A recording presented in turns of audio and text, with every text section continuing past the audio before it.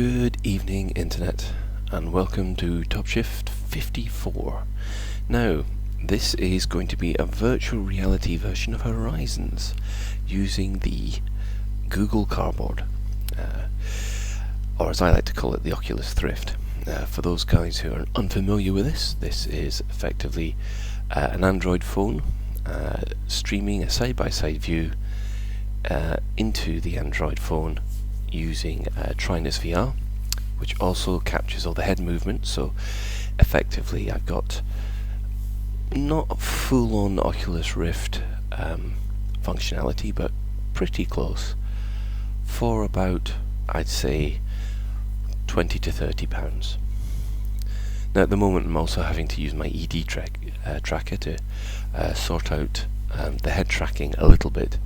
That's because 64-bit and 32-bit free track I'm having a little bit of trouble with, but I have been told how we need to solve this. So we're going to try and fly down to the planet right now. You might see a drop in frame rate. Now this is because the side-by-side mode that I'm using here doesn't really work too well. Well, you don't get as good as performance rather as on a GTX 660. Well, I think it's one of these things I'm going to have to look at for an upgrade, but I don't think I can afford a full-on GeForce 970 or 980, whatever the minimum requirements is for the Oculus Rift. Or the Vibe. Landing gear retracted. Landing gear up. You'll also notice that Astra is still kicking about. That is one thing that I would recommend completely. You are going to need either you're able to memorize your key presses completely, further instructions, or you're going to have to run Astra, which is voice attack. Now, if you guys don't know what voice attack is, then I can't recommend that product enough. So we're going to have a quick look around, and we've got a T7 under attack, and he's wanted. Now I'm too close to the station to open fire. How much is he worth? Oh, not that much. I think I'll let him go and just watch the fireworks. arming weapons. See, at this range, this station will open fire on me.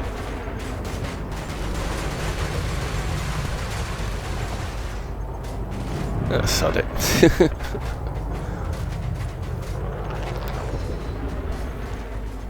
Now, I got a couple of hits in there. It'll be interesting to see whether or not I get any bounty. Target shields online. Target shields offline. Again, even at this resolution. Oh, I did. Target destroyed. Excellent. I could do with that. Anyway, at this resolution, I don't know how they've managed to improve it, but the text here is almost readable, which is good. Because I remember in the first one, the first video that I did of this, you could hardly make Retracting armaments. You could hardly make out the text on the A term screen. used to describe a large circular plane. The word mare means sea. On the moon, the Maria are the smooth, dark-coloured areas. Well, thank you, Astra. Unfortunately, she does seem to just chip in when she mishears things. Preparing for Drive cruise. charging. Typical, really.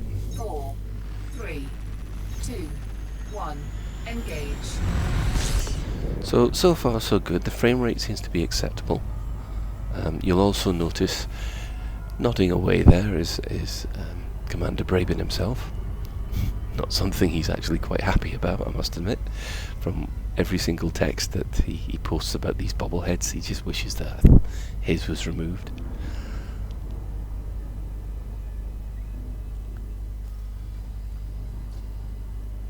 So we're going to go in to this planetary base here and see how difficult it is to land.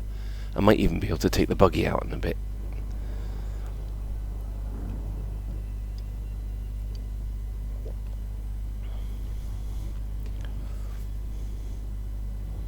The head tracking using ED Tracker, I've knocked the sensitivity down quite a lot, so that it feels more like a one-to-one movement. It's actually 2-to-2 here, because I found the one-to-one, you'd move your head all your way over to your left and it'd only move a fraction on the screen, so there does seem to be a little bit of jiggery-pokery that you have to do in order to get the balance right. Because if you're not careful, if you set it too sensitive or less sensitive than you actually need, it can actually contribute to motion sickness, as I discovered while trying to make this video in the first place. Right, so that's where we want to go, and loop of shame.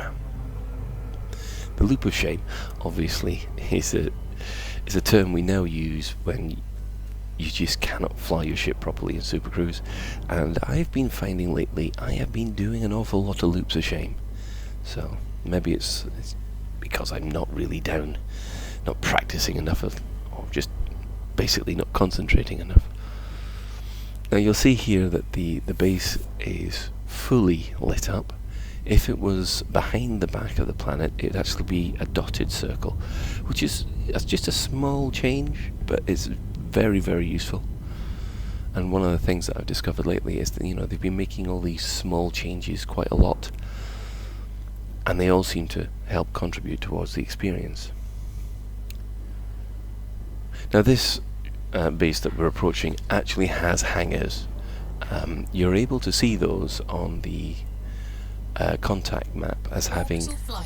Oh, right, here we go. Oh, look at the canyons. That's very nice. You'll be able to do some decent trench runs down those.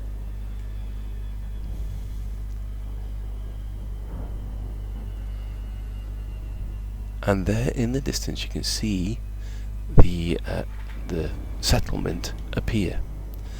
Now, as I was saying, settlements which you can land at, they have little icons that have what looks like massive towers.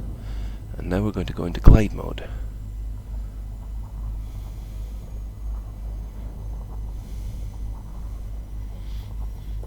As part of their icon, massive towers as part of their icon. Oh, glide mode at last.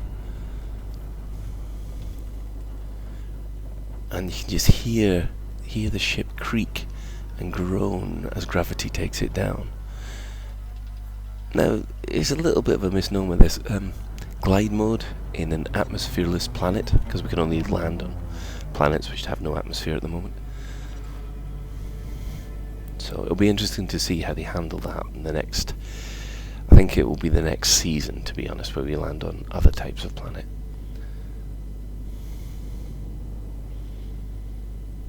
So as you can see, I'm quite a bit away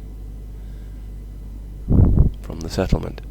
Now, there are other types of settlement, as I think I've gone over. If it just looks like some small square buildings without the tower, that means there's a settlement there, but you can't land your ship. There's no docking port. But you can actually land close by and drive your SRV around it. So, well, you can see a landing pad's already lit up. Contact.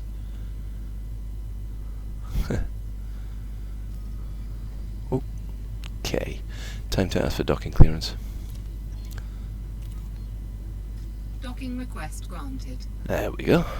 Nothing to worry about. Except we're in a far part of the city. Well, it's not really a city. I'd call this more a town. There are some massive cities. The one on Mercury comes to mind, which they look absolutely huge.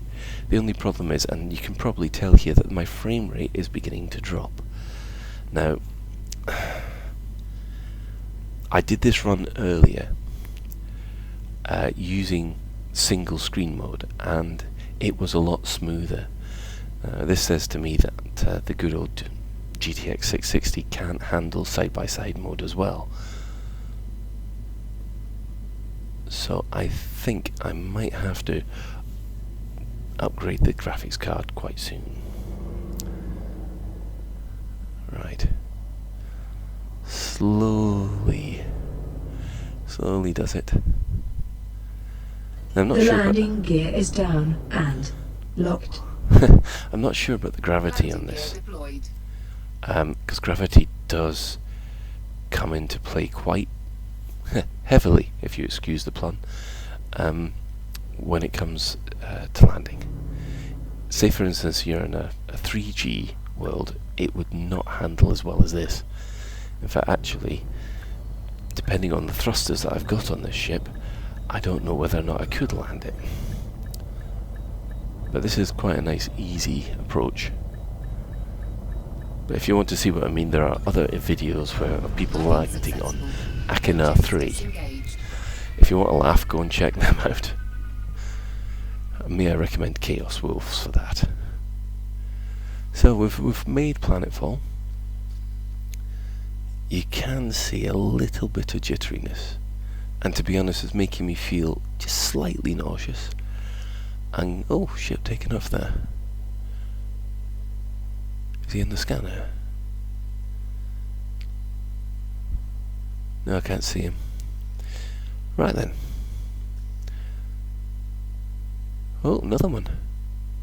So as you can see, it's even though you've landed at a port, it still feels like a living port. Look at that, straight on his tailpipe as well, straight up there.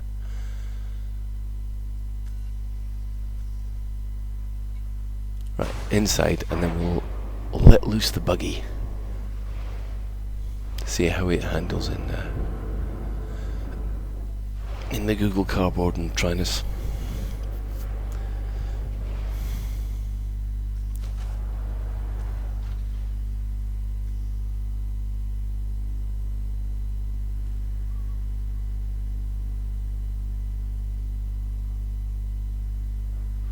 Okay. Everything else seems to be ready to go. Out we go.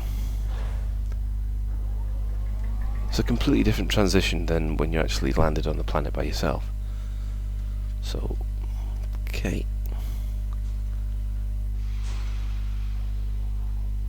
What? Ah, there we go. Just reset the view a little. Okay. Everything seems to be in order.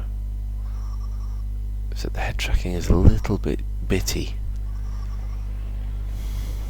Whoop. I'm just taking it gently to begin with. Lights off. There are 3 settings of headlights. You've got lights off, dim beam and full beam. I think I've just put it into full beam. Lights on. There you go. So this is what an outpost looks like in Google Cardboard, which I must admit is not bad. I mean, fair play to Trinus. It seems to handle the higher resolutions a lot better. I think it's just my graphics card which is letting me down a little here. Weapons hot. Right, so here's our guns. Now, I've got a bit of a problem here because I've still got to get the hang of this whole weapons thing. Because it does, I'm having to use my mouse and my joystick at the same time, and it's very disorientating. I'm just sort of grabbing about in the dark here.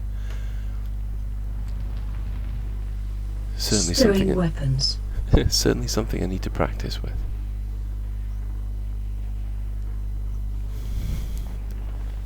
Right. Oh, now that is a skimmer. Quite a big skimmer. I think is that a Goliath? I think so. Now, these ones are the high security skimmers. Trust me, if you get it wrong and they attack you, the big skimmers will just eat your buggy for breakfast. And you'll have to end up docking again, or rather, you'll end up back in your ship. And you'll have to either restock your buggy Whew. I must admit I'm getting a little nauseous now actually. Oh, I don't know whether it's the frame rate or my head tracking being a bit off. Oh, bit of an Evel Knievel. Ow. The thing about the headset is it feels like I've actually felt that bump. So, all in all, I would say at this moment in time, I think it works. I think I just need one upgrade to the graphics card in order to make the side-by-side view work smoother. But apart from that, I would say yes, you can use Google Cardboard with Trinus VR in Elite Dangerous Horizons. So, thanks for joining me, and I hope to see you next time.